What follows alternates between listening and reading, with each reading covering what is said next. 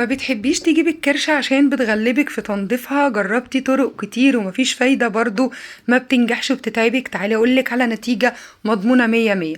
روحي على العطار وهاتي من عنده ملح الليمون، وابتدي رشي ملح الليمون على كل الكرشة اللي عندك.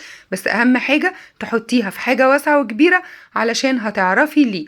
وبعد ما تغطي الكرشة بتاعتك كلها بملح الليمون، هنجيب كمان بيكربونات الصوديوم، وده برضو موجود عند العطار، ورشي على كل الكرشة برضو كلها، ما تسيبيش فيها حتة.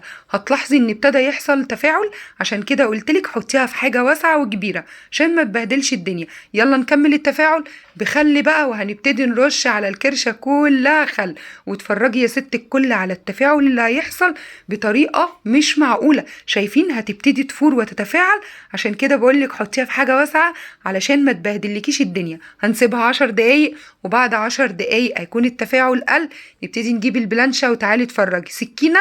لا، مش عايزين سكينة. بصي اتفرجي، هتطلع معاكي بكل سهولة كأنها قشرة وبتتقشر، أو ورقة وبتتشال. شايفين؟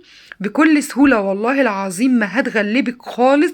جربي الطريقة دي وهتدعيلي، اوعي تنسيني ادعيلي. بصي بقى الحتة الخشنة دي اللي بتضايقنا وبنفضل نكحت فيها بالسكينة، بصي بتتقشر بكل سهولة ازاي. طبعا انتي في البيت مش هتكوني لابسة جلافز، انا عشان التصوير لابسة جلافز فالجلافز مضايقني، لكن انتي هتقشريها بايديكي بكل سهولة، ومش هتحتاجي لسكينة وكحت ومية سخنة والكلام ده. خلاص انسيه بعد الفيديو ده. بصي بتطلع بكل سهولة ومن غير تعب ولا مجهود. هنضف كل الكمية اللي معايا دي، هتخلص كلها في 10 دقايق. شايفين؟ ما شاء الله جميلة، مش محتاجين نكحت بالسكينة خالص. وبعد بقى ما نضفتها، شايفين؟